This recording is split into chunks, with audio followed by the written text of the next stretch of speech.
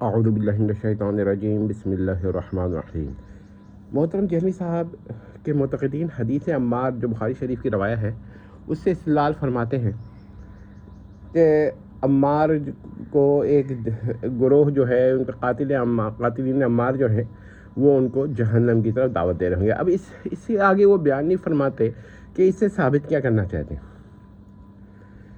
اب اگر ان سے پوچھے کہ کیا آپ اس سے حضرت معاویہ اور ان کے ساتھیوں کو گمراہ ثابت کرنا چاہتے ہیں، کہتے ہیں ہم نے گمراہ کا لفظ استعمال نہیں کیا۔ پھر آپ کیا اس روایت سے ان کو فاسق ثابت کرنا چاہتے ہیں؟ اب وہ کہتے ہیں ہم نے فاسق کا لفظ استعمال نہیں کیا۔ پھر آپ ان سے پوچھیں کہ کیا آپ اس سے ان کو کافر ثابت کرنا چاہتے ہیں، کہتے ہیں ہم نے کافر بھی کا لفظ استعمال نہیں کیا۔ پھر آپ ان سے پوچھیں کہ آپ اس سے ان کو منافق ثابت کرنا چاہتے ہیں، تو وہ کہتے ہیں ہم نے منافق کا لفظ استعمال نہیں کیا۔ پھر وہ حضرت معاویہ کے خلاف یہ روایت پڑھتے رہتے ہیں جس سے ثابت کرنا چاہتے ہیں۔ یہ بات بہت خطرناک ہے کہ وہ بتاتے نہیں ہیں، اور یہی نہ بتانا اس کی دلیل بن جاتی ہے کہ وہ دھوکہ دے رہے ہیں۔ آئیں ان سے ہم بحث کا اگر جو کبھی ضرورت پڑے تو ایسے لوگوں سے پوچھیں کہ بھئی کیا آپ اس حدیث سے حضرت معاویہ کے خلاف استدلال کرنا چاہتے ہیں، ان کے خلاف اس کی حدیث کو ان کے خلاف سمجھتے ہیں؟ اگر وہ کہتے ہیں نہیں تو اس کا مطلب یہ ہے کہ وہ پھر حدیث کو حضرت معاویہ خلاف ہی نہیں سمجھتے، تو حضرت معاویہ کی شان میں اس حدیث سے استدلال بھی نہیں کرتے ان کے خلاف، تو پھر اس کا کیا کرنا ہے، یہ حدیث جو ہے وہ غیر متعلق ہوگی۔ تو اب وہ اگر پیش کرتے ہیں تو کہ اس سے حضرت معاویہ کے خلاف استدلال نہیں کرے، آپ چاہتے کیا ہیں؟ وہ صرف روایت پڑھیں گے اور آگے کچھ نہیں بولیں گے، یہ ان کا پرانا طریقہ، یہ اسے مغالطہ کہتے ہیں۔ اگر بہرحال اب ہم اس کو کہتے ہیں کہ وہ کیا کیا کہہ سکتے ہیں، دیکھیے پہلی بات تو یہ کہ ان سے پوچھے کہ آپ اس سے حضرت معاویہ اور ان کے ساتھیوں کو کافر قرار دینا چاہتے ہیں۔ وہ کہتے ہیں کہ ہم نے یہ کافر کا لفظ استعمال نہیں کیا، کہ آپ ان کا لفظ استعمال کرنا چاہیں نہیں یا نہیں کرنا چاہیں، بحث اس سے نہیں ہے۔ بحث اس سے کیا اس حدیث سے حضرت معاویہ کافر ثابت ہو جاتے ہیں ان کے ساتھی؟ اگر ہو جاتے ہیں تو پھر اس پر بحث ہوگی، اور اگر نہیں ہوتے، اگر آپ کہتے ہیں تو پھر آپ یہ نہیں کرنا چاہتے، تو پھر ہم دوسرا سوال کرتے ہیں کہ اچھا آپ اس سے ان کو منافق ثابت کرنا چاہتے ہیں؟ اگر وہ کہ ہم نے منافق کا لفظ استعمال نہیں کیا کہ آپ نہ کریں، مگر کیا حدیث ان کو منافق ثابت کرتی ہے؟ اگر آپ کہیں نہیں تو پھر ہمیں اس سے بحث نہیں ہے کہ آپ استعمال کرتے ہیں یہ لفظ یا نہیں، آپ سیدھا سیدھا بتائیے کہ آپ یہ حدیث کیا ان کو منافق ثابت کرتی ہے؟ اگر وہ کہتے ہیں ہاں، پھر ہم اس پر بحث کریں گے ان سے۔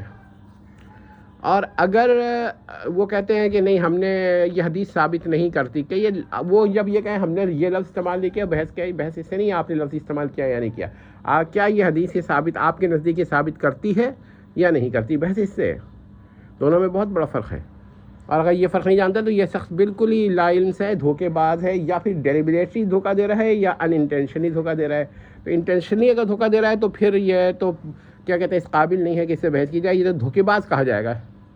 پھر تیسری ایک بات ہے کہ آپ اس سے پوچھیے کہ اچھا اگر فرض کریے وہ کہتا ہے کہ بھئی یہ حدیث جو ہے نا ان کو منافق بھی ثابت نہیں کرنا چاہتی، تو کیا یہ حدیث ان کو فاسق ثابت کرنا چاہتی ہے؟ تو اب یہ کہنا چاہتے ہیں کہ اگر وہ کہتا ہے نہیں یہ فاسق بھی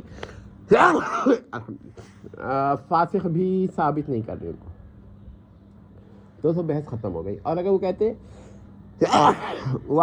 ہیں کہ یہ حدیث ان کو فاسق ثابت کرنا چاہتی ہے، تو پھر اب اس پہ بحث کریں گے ہم۔ اگر وہ یہ بھی نہیں مانتا، وہ کہتا ہے فاسق بھی نہیں، تو پھر وہ یہ کہے گا، کم از کم اتنا کہے گا کہ یہ اصل میں عمل قبیح ہے، جہنم کی طرف دعوت دینا، اور وہ عمل قبیح کے فاعل یا مرتکب قرار پاتے ہیں، یہ کہنا چاہے گا۔ تو یہ ہم پوچھیں گے عمل قبیح کفر ہے، وہ کہے گا کفر ہے، تو اس پہ بحث شروع کر دیں گے۔ اور اگر کہے گا یہ عمل قبیح، خاص ہر عمل قبیح نہیں، یہ مذکور، یہ فسق ہے یا نفاق ہے، کیا ہے یہ، اگر جو وہ کہے گا پھر ہم اس پہ بحث کریں گے۔ لیکن اگر وہ کچھ بھی نہیں کہتے تو پھر ہم یہ کہیں گے صرف عمل قبیح کہہ کر اسے فاسق ثابت کرنا چاہے، اس کے فاعل کو، یعنی کہ یہ کبائر میں ثابت کرنا چاہے۔ تو یہ اگر وہ کہیں گا نہیں ہم نے کبائر کا لفظ استعمال کیا، تو ہم کہیں گے اچھا کبائر کا لفظ استعمال نہیں کیا تو کبائر، لیکن کیا یہ کبائر میں سے ہے جہنم کی طرف دعوت دینا؟ اگر وہ کہتا ہے ہاں ہے، تب تو ہم اس پہ بحث کریں گے۔ اور اگر وہ کہتا ہے نہیں ہے، تو پھر اس کا یہ صرف وہ حدیث پیش کر کے لوگوں کو حضرت معاویہ کے خلاف ایک ذہن میں موہوم سا بغض پیدا کرنا چاہ رہا ہے۔ ظاہر بات ہے وہ بار بار استعمال کر رہا ہے یہ لفظ، لیکن وہ یہ نہیں ثابت کہ وہ کہنا چاہ رہا، تو یہ دھوکہ ہے۔ اور وہ یہ تو گمراہ لوگوں میں بھی گمراہی کا ایک ہے کہ آپ ایک روایت پیش کر رہے ہیں لیکن اس سے نتائج آپ کچھ نہیں نکالنا چاہ رہے، اور پھر بھی سمجھ رہے ہیں حضرت معاویہ کے خلاف آپ نے استدلال کر ڈالا۔ یہ احمقانہ بات بھی ہے ساتھ میں. اچھا اب دوسری جو مسلم شریف کی ایک روایت پیش کرتے ہیں کہ بھائی حضرت علی جو ہے ان سے بغض نہیں رکھے گا مگر منافق، اور ان سے محبت نہیں کرے گا مگر مومن. اچھا یہ ذرا اس روایت کو بھی دیکھ لیتے ہیں. تو اس روایت سے پہلا سوال یہ پیدا ہوتا ہے کہ خود جہلمی صاحب کے نزدیک جو اس حدیث کا استدلال میں لا رہے ہیں، سب سے پہلے لائے ہیں، ان کے نزدیک یہ حدیث ایسے لوگوں کو مانتی ہے جو حضرت علی سے محبت تو رکھتے ہیں مگر وہ مسلمان نہیں ہیں. مثلا نصیریہ، کہ نصیریہ حضرت علی کو خدا مانتے ہیں، جب وہ خدا مانتے ہیں تو ان سے محبت بھی کر رہے ہوتے ہیں. جس کو آپ خدا مانیں اس سے آپ نفرت تو نہیں کر سکتے، اس سے تو آپ محبت کا ترک نہیں کر سکتے، اس سے محبت تو لازمی ہوگی، لیکن اس کے باوجود نصیریہ کافر ہیں. پھر بہت سارے ایسے لوگ جو حضرت علی سے محبت تو کرتے ہیں مگر جہلمی صاحب ان کو ناصبی کہتے ہیں کیونکہ ان کے نظریات کے خلاف ہیں، لیکن نفس محبت کی اس سے نفی نہیں ہوتی تو ان کو وہ ناصبی کہتے تھے. چل ناصبی بھی مسلمان ہے جہلمی صاحب کے نزدیک. اچھا جی، اب آپ کو دوسری بات ہے خارجی پہ حضرت ہیں، تو خارجی حضرت علی کو کافر کہتے تھے، قتل بھی کیا حضرت علی کو ایک خارجی نے، تو لیکن جہلمی صاحب ان کو بھی کافر نہیں کہتے. اس کا مطلب خود جہلمی صاحب کے نزدیک باوجود اس کے کہ اس میں ایک استثناء ہے، اس استثناء کے باوجود اس کی تخصیص مزید کر رہے ہیں، دونوں جگہ کر رہے ہیں.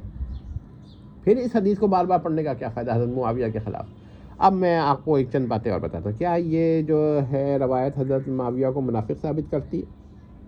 اگر آپ کہیں نہیں ہم نے منافق کا لفظ استعمال نہیں کیا، نہیں تو آپ نے نہیں کیا مگر کرتی ہے یا نہیں کرتی، بس اس سے نہیں ہے. آپ بتائیں گے نا، کیونکہ بار بار آپ نے یہ روایت پیش کی ہے، تو آپ بتائیں گے یہ روایت ثابت کیا کرتی ہے. اگر آپ کہتے ہیں کہ آپ کو نہیں پتہ کیا ثابت کرتی ہے، کہیں گے ہمارے نزدیک تو غیر متعلق ہے، حضرت علی کے بارے میں جو یہ روایت ہے وہ غیر متعلق ہے حضرت معاویہ سے. لیکن اگر آپ کہتے ہیں کہ کرتی ہے تو پھر آئیے بات کرتے ہیں، کیونکہ منافق تو ثابت نہیں کرتی. اور اگر آپ کی اچھا حضرت معاویہ نے جنگ کی تھی تو اس سے تو کیا کہتے ہیں محبت کی نفی ہوتی ہے. کہیں ہم کہیں گے دیکھیے جنگ جو ہے نا ایک دوسری چیز ہے. نفس محبت جس بنیاد پر ہے وہ ایمان کی بنیاد پر ہے، وہ تو موجود ہے. اور عدم ایمان کی بنیاد پر جب آپ تو اگر آپ عدم ایمان کی بنیاد پر بات کر رہے ہیں تو عدم ایمان پر تو محبت فائدہ ہی نہیں دیتی. اور اگر ایمان کی بنیاد پر محبت ہے تو وہ جنگ کے منافی نہیں ہے. ہم یہ بحث آپ کی بات نہیں مانتے.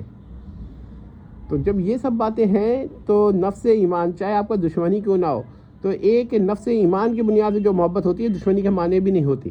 یہ تو یہاں تو دشمنی بھی ثابت نہیں ہے، یہاں تو صرف جنگ ثابت ہے، اور جنگ دشمنی کی بنیاد پر نہیں نظریات کی بنیاد پر ہے.